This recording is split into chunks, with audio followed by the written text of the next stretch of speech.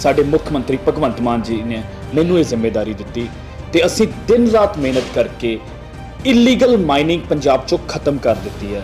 ਬਤੌਰ mining minister ਮੈਂ ਦਾਅਵੇ ਨਾਲ ਕਹਿ ਸਕਦਾ ਕਿ ਪੰਜਾਬ ਦੇ ਵਿੱਚੋਂ ਇਲੀਗਲ ਮਾਈਨਿੰਗ ਖਤਮ ਹੋ ਚੁੱਕੀ ਹੈ। ਪਿਛਲੀਆਂ ਸਰਕਾਰਾਂ ਇਲੀਗਲ ਮਾਈਨਿੰਗ ਕਰਾਉਂਦੀਆਂ ਸੀ ਤੇ ਉਸ ਦੇ ਨਾਲ ਪੰਜਾਬ ਸਰਕਾਰ ਦੇ ਖਜ਼ਾਨੇ ਨੂੰ ਜਿਹੜਾ ਹੈ ਉਹਦੇ 'ਚ ਚੋਰੀ ਹੋਈ ਇੱਕ ਮਾਫੀਆ ਚੱਲਦਾ ਸੀਗਾ। ਸਾਡਾ ਦਾਅਵਾ ਹੈ ਕਿ ਅਸੀਂ ਇਲੀਗਲ ਮਾਈਨਿੰਗ ਮਾਫੀਆ ਦੇ ਉੱਤੇ ਟੋਟਲ ਉਸ ਦੀ ਜਿਹੜੀ ਰੀੜ ਦੀ ਹੱਡੀ ਤੋੜ ਚੁੱਕੇ ਹਾਂ। ਜਦੋਂ ਲੀਗਲ ਮਾਈਨਿੰਗ ਦੀ ਸੰਖਿਆ ਵਧੂਗੀ ਤਾਂ ਲੋਕਾਂ ਨੂੰ ਰੇਤਾ ਬਜਰੀ ਸਸਤਾ ਮਿਲੂਗਾ, ਪੰਜਾਬ ਸਰਕਾਰ ਦਾ ਖਜ਼ਾਨਾ ਭਰੂਗਾ। ਪੰਜਾਬ ਦੇ ਕੈਬਨਿਟ ਮੰਤਰੀ ਹਰਜੋਤ ਸਿੰਘ ਬੈਂਸ ਨੇ ਮਾਈਨਿੰਗ ਨੂੰ ਲੈ ਕੇ ਵੱਡਾ ਦਾਅਵਾ ਕੀਤਾ ਹੈ। ਉਹਨਾਂ ਕਿਹਾ ਕਿ ਪੰਜਾਬ 'ਚ ਗੈਰ ਕਾਨੂੰਨੀ ਮਾਈਨਿੰਗ ਖਤਮ ਹੋ ਗਈ ਹੈ ਅਤੇ ਕਾਨੂੰਨੀ ਮਾਈਨਿੰਗ ਨਾਲ ਰੈਵਨਿਊ ਵਿੱਚ ਵੀ ਭਾਰੀ ਵਾਧਾ ਹੋਇਆ। ਹਰਜੋਤ ਸਿੰਘ ਬੈਂਸ ਨੇ ਕਿਹਾ ਕਿ ਪਿਛਲੀ ਸਰਕਾਰ ਵੇਲੇ ਟੈਂਡਰ ਦਿੱਤੇ ਗਏ ਸੀ ਅਤੇ ਉਕਤ ਠੇਕੇਦਾਰਾਂ ਤੇ ਸਿਕੰਜਾ ਕੱਸ ਕੇ ਇਮਾਨਦਾਰੀ ਦੇ ਨਾਲ ਕਾਨੂੰਨੀ ਮਾਈਨਿੰਗ ਕੀਤੀ ਗਈ ਸੀ। ਪਿਛਲੇ ਸਾਲ ਰੋਜ਼ਾਨਾ 35,000 ਮੀਟ੍ਰਿਕ ਟਨ ਮਾਈਨਿੰਗ ਹੁੰਦੀ ਸੀ, ਪਰ ਹੁਣ ਕਾਨੂੰਨੀ ਮਾਈਨਿੰਗ 1 ਲੱਖ ਮੀਟ੍ਰਿਕ ਟਨ ਨੂੰ ਪਾਰ ਕਰ ਗਈ ਹੈ। ਸਤਿ ਸ਼੍ਰੀ ਅਕਾਲ ਜੀ। ਇੱਕ ਕੱਟੜ ਇਮਾਨਦਾਰ ਸਰਕਾਰ ਕੀ ਕਰ ਸਕਦੀ ਹੈ, ਇਸ ਦੀ ਮਿਸਾਲ ਭਗਵੰਤ ਮਾਨ ਜੀ ਦੀ ਸਰਕਾਰ ਹੈ। ਜਦੋਂ ਆਪਾਂ ਗੱਲ ਮਾਈਨਿੰਗ ਦੀ ਕਰਦੇ ਸੀ ਤਾਂ ਜਿਹਦੀ ਮਰਜ਼ੀ ਸਰਕਾਰ ਰਹੀ ਹੋਵੇ, ਪਰ ਇਸ ਧੰਦੇ ਦੇ ਵਿੱਚ ਇੱਕ ਮਾਫੀਆ ਦਾ ਦਬਦਬਾ ਰਿਹਾ। ਇਹ ਪਹਿਲੀ ਵਾਰੀ ਹੈ, ਇਸ ਵਾਰੀ ਕੱਟੜ ਇਮਾਨਦਾਰ ਸਰਕਾਰ ਆਈ ਹੈ। ਸਾਡੇ ਮੁੱਖ ਮੰਤਰੀ ਭਗਵੰਤ ਮਾਨ ਜੀ ਨੇ ਮੈਨੂੰ ਇਹ ਜ਼ਿੰਮੇਵਾਰੀ ਦਿੱਤੀ ਤੇ ਅਸੀਂ ਦਿਨ ਰਾਤ ਮਿਹਨਤ ਕਰਕੇ ਇਲੀਗਲ ਮਾਈਨਿੰਗ ਪੰਜਾਬ ਚੋਂ ਖਤਮ ਕਰ ਦਿੱਤੀ ਹੈ।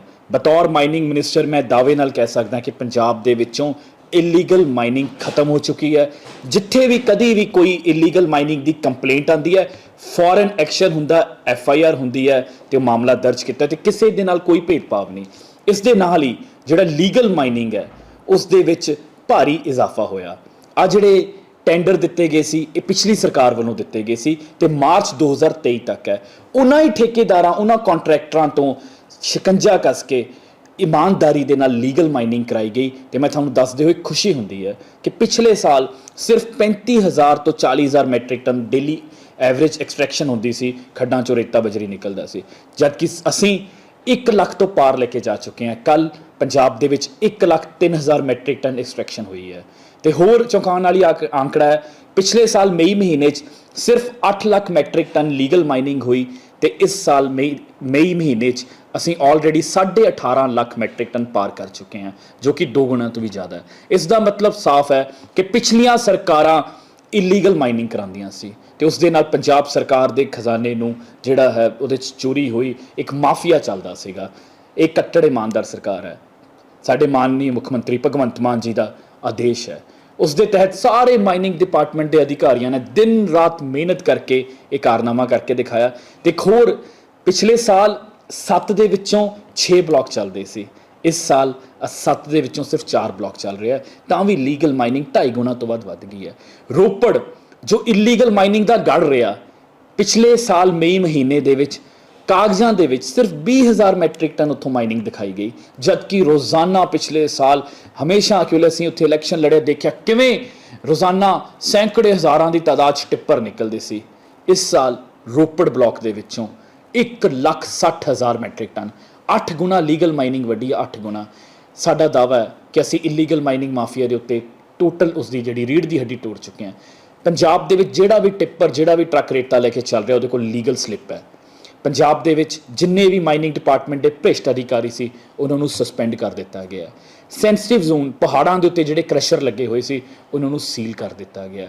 ਜਦੋਂ ਲੀਗਲ ਮਾਈਨਿੰਗ ਦੀ ਸੰਖਿਆ ਵਧੂਗੀ ਤਾਂ ਲੋਕਾਂ ਨੂੰ ਰੇਤਾ ਬਜਰੀ ਸਸਤਾ ਮਿਲੂਗਾ, ਪੰਜਾਬ ਸਰਕਾਰ ਦਾ ਖਜ਼ਾਨਾ ਭਰੂਗਾ ਤੇ ਇਸ ਦੇ ਨਾਲ ਜਿਹੜੀ ਸਭ ਤੋਂ ਜ਼ਰੂਰੀ ਚੀਜ਼ ਹੈ ਸਾਡੀ ਧਰਤੀ ਮਾਤਾ, ਅਸੀਂ ਆਪਣੇ ਵਾਤਾਵਰਣ ਦੀ ਦੇਖ ਰੇਖ ਕਰ ਸਕਦੇ ਹਾਂ, ਕਿਉਂਕਿ ਸਾਨੂੰ ਪਤਾ ਹੋਊਗਾ ਕਿ ਇੱਕ ਖੜ 'ਚੋਂ ਜਿੰਨੀ ਲੀਗਲ ਕੁਆਂਟੀਟੀ ਅਲਾਉਡ ਹੈ ਉਨੀ ਹੀ ਉੱਥੋਂ ਐਕਸਟ੍ਰੈਕਸ਼ਨ ਹੋ ਸਕੇ।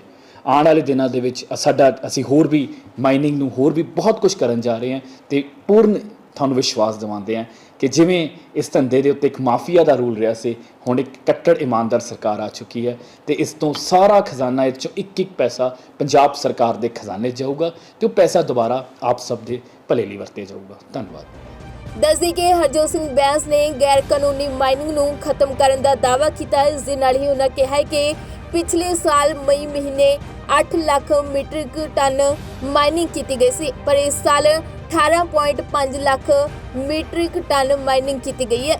ਇਸ ਦੇ ਨਾਲ ਹੀ ਉਹਨਾਂ ਜਾਣਕਾਰੀ ਦਿੱਤੀ ਕਿ ਪਿਛਲੇ ਸਾਲ 7 ਤੋਂ 6 ਲੱਖ ਚੱਲਦੇ ਸੀ, ਪਰ ਹੁਣ ਸਿਰਫ 4 ਲੱਖ ਚੱਲ ਰਹੇ ਨੇ। ਫਿਰ ਵੀ ਕਮਾਈ 2.5 ਗੁਣਾ ਤੋਂ ਵੱਧ ਹੋ ਗਈ ਹੈ। ਬਿਊਰੋ ਰਿਪੋਰਟ, ਪੰਜਾਬੀ ਲੋਕ ਚੈਨਲ।